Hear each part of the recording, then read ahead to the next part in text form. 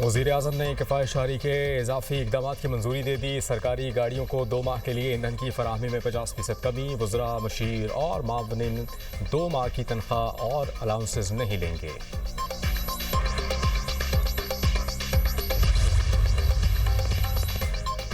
और पंजाब में सरकारी दफ्तर में वर्क फ्राम होम का फैसला। स्कूल, कॉलेज और यूनिवर्सिटीज़ 10 मार्च से 31 मार्च तक बंद रहेंगी।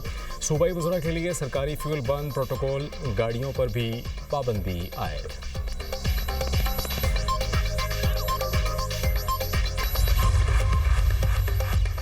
स्टेट बैंक ऑफ पाकिस्तान का शरह सूद 10.5% पर बरकरार रखने का फैसला। गवर्नर स्टेट बैंक की सरबराही में मॉनेटरी पॉलिसी कमेटी का इजलास।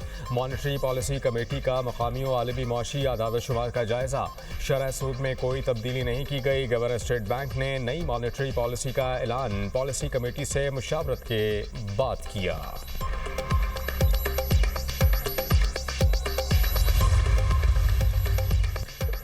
ईरान जंग के असरात। पाकिस्तान स्टॉक मार्केट शदीद मंदी का शिकार। 100 इंडेक्स में 11,015 पॉइंट्स की कमी। इंडेक्स 1,46,480 पॉइंट्स पर बंद। एशिया की दीगर स्टॉक मार्केट्स भी मंदी का शिकार। जापान की स्टॉक मार्केट इंडेक्स निकी में तकरीबन 7% कमी। जनूबी कोरिया का कोस्पी इंडेक्स में तकरीबन 7% तक कमी। हांगकांग के हैंग सेंग इंडेक्स में भी 2.5% से ज़्यादा कमी। भारत का निफ्टी इंडेक्स भी 3% तक गिर गया। यूरोपीय स्टॉक मार्केट्स भी गिरावट का शिकार।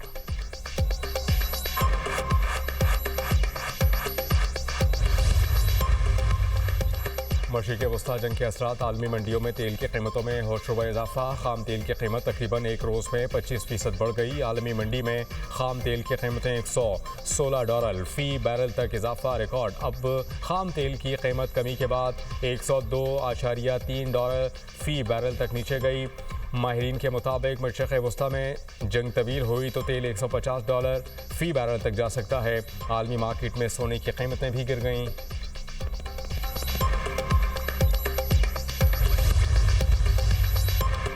आयतुल्लाह खामनाई के बेटे मुज्तबा खामनाई ईरान के नए सुप्रीम लीडर मुकर्रर। मजलिस खबरगान ने नए रहनुमा का ऐलान किया। इंतखाब मजलिस के खुसूसी अरकान ने किया। ईरानी मजलिस खबरगान की कौम से इत्तेहाद बरकरार रखने की अपील। कहा कि मौजूदा हालात में कौमी इत्तेहाद और यकजहती ज़रूरी है। मजलिस खबरगान की ईरानी अवाम से नए सुप्रीम लीडर से वफादारी का अहद करने की अपील।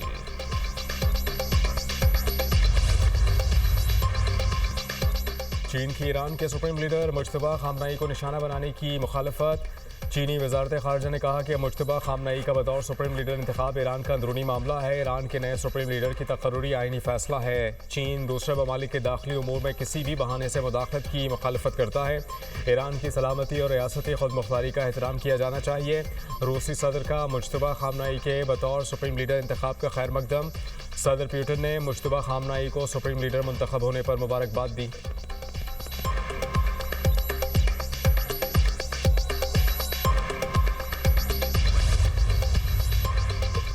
ट्रंप का मुज्तबा खामनाई को कबूल करने से इनकार। अमरीकी नशरियाती इदारे को इंटरव्यू में कहा कि मुज्तबा खामनाई को जानशीन बनाना कबूल नहीं। बगैर अमरीकी मंजूरी नया सुप्रीम लीडर ज़्यादा देर नहीं चल सकेगा।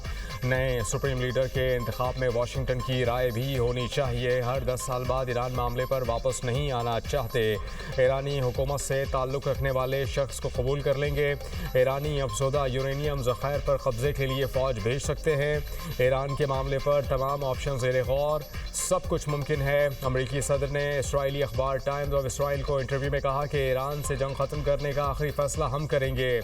मैं और नेतन्याहू ना होते तो ईरान इसराइल को तबाह कर देता। इसराइली फ़ौज ने कहा कि खामनाई के जानशीन के ताक़ुब में हैं।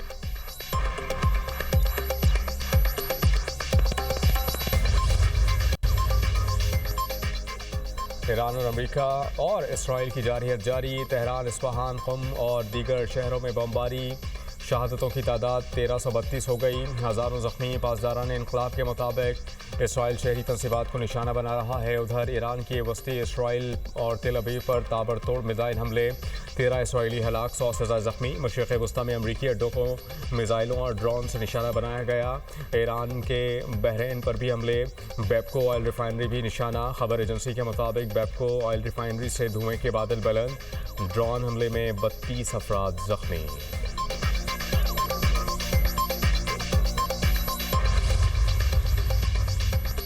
इसराइल ने जनूबी लेबनान के रहायशी इलाके में ममनुआ सफ़ेद फास्फोरस का इस्तेमाल किया। ह्यूमन राइट्स वॉच की रिपोर्ट में इंकशाफ। HRW ने रिपोर्ट में कहा कि इसराइल ने रवा माह जनूबी लेबनान के रहायशी इलाकों में सफ़ेद फास्फोरस का इस्तेमाल किया, जो बैनुल-अक़वामी इंसानी कानून की खिलाफ वर्जी है। यमौर के रहायशी कस्बे पर सफ़ेद फास्फोरस गोलाबारी और कम अज़ कम 2 घरों में आग लगने के वाक़यात दिखाए गए। इसराइल की जानिब से फास्फोरस के इस्तेमाल का वाक़या 3 मार्च को पेश आया। ह्यूमन राइट्स वॉच के महक़क़ रमज़ी केस ने कहा कि रिहायशी इलाकों पर इसराइली फ़ौज का सफ़ेद फास्फोरस इस्तेमाल गैर कानूनी और नहायत तशवीशनाक है।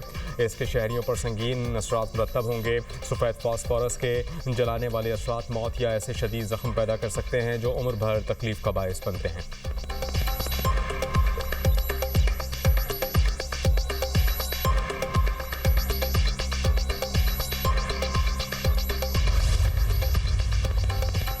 मशरक़ी बहर रोम में भी शदीद कशीदगी। तुर्की ने शिमाली कब्रस में फ़ज़ाई दिफाई निज़ाम और F-16 तैयारे तैनात कर दिए। तुर्क वज़ारत दिफा ने कहा कि ज़रूरत पेश आई तो सिक्योरिटी के लिए इजाफ़ी इक़दाम करेंगे।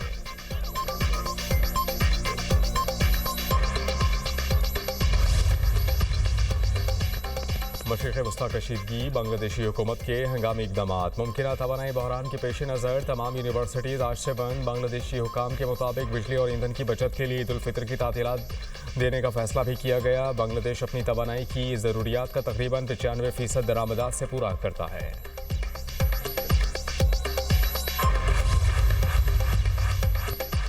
तमाम ममालिक की मईशत पर ईरान जंग के असरात हो रहे हैं। जंग की वजह से आलमी सतह पर तेल की कीमतें बढ़ गईं। फितना और खारिज के खिलाफ कार्रवाइयाँ जारी हैं। वज़ीर इत्तलात पंजाब अज़मा बुखारी की प्रेस कॉन्फ्रेंस। मावने खुसूसी सलमा भट्ट ने कहा कि पेट्रोल की कीमत बढ़ने से अशिया की कीमतों पर नज़र है। मसनूई महंगाई और ज़ख़ीरा अंदोज़ी का सद्देबाब करना, कम आमदन वाले तबके को रिलीफ दिया जा रहा है। किसी को आवाम का इस्तेहसाल नहीं करने देंगे।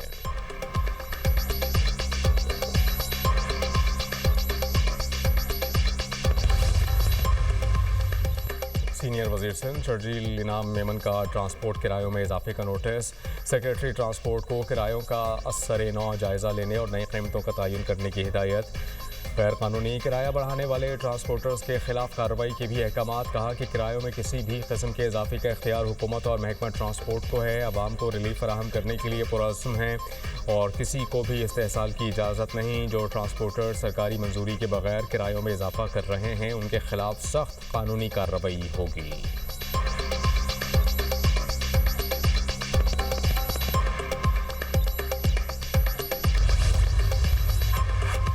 अफगान तालिबान और फितना अल खारिज के खिलाफ पाक फौज की मौसर जवाबी कार्रवाइयाँ। सिक्योरिटी ज़राई के मुताबिक शवाल जनूबी वज़ीरिस्तान से मलिका अफगान तालिबान की पोस्ट को निशाना बनाया गया। अफगान तालिबान की पोस्ट को धमाका खेज़ मवाद से उड़ाया गया।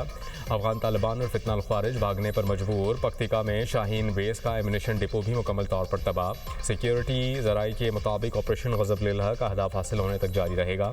वज़ीर इत्तलात अता तारड़ ने कहा कि पाकिस्तान ने अफगानिस्तान में किसी भी शहरी इलाके को निशाना नहीं बनाया। अफगान हुकूमत की आदाद शुमार किसी भी संजीदा तबसरे के काबिल नहीं।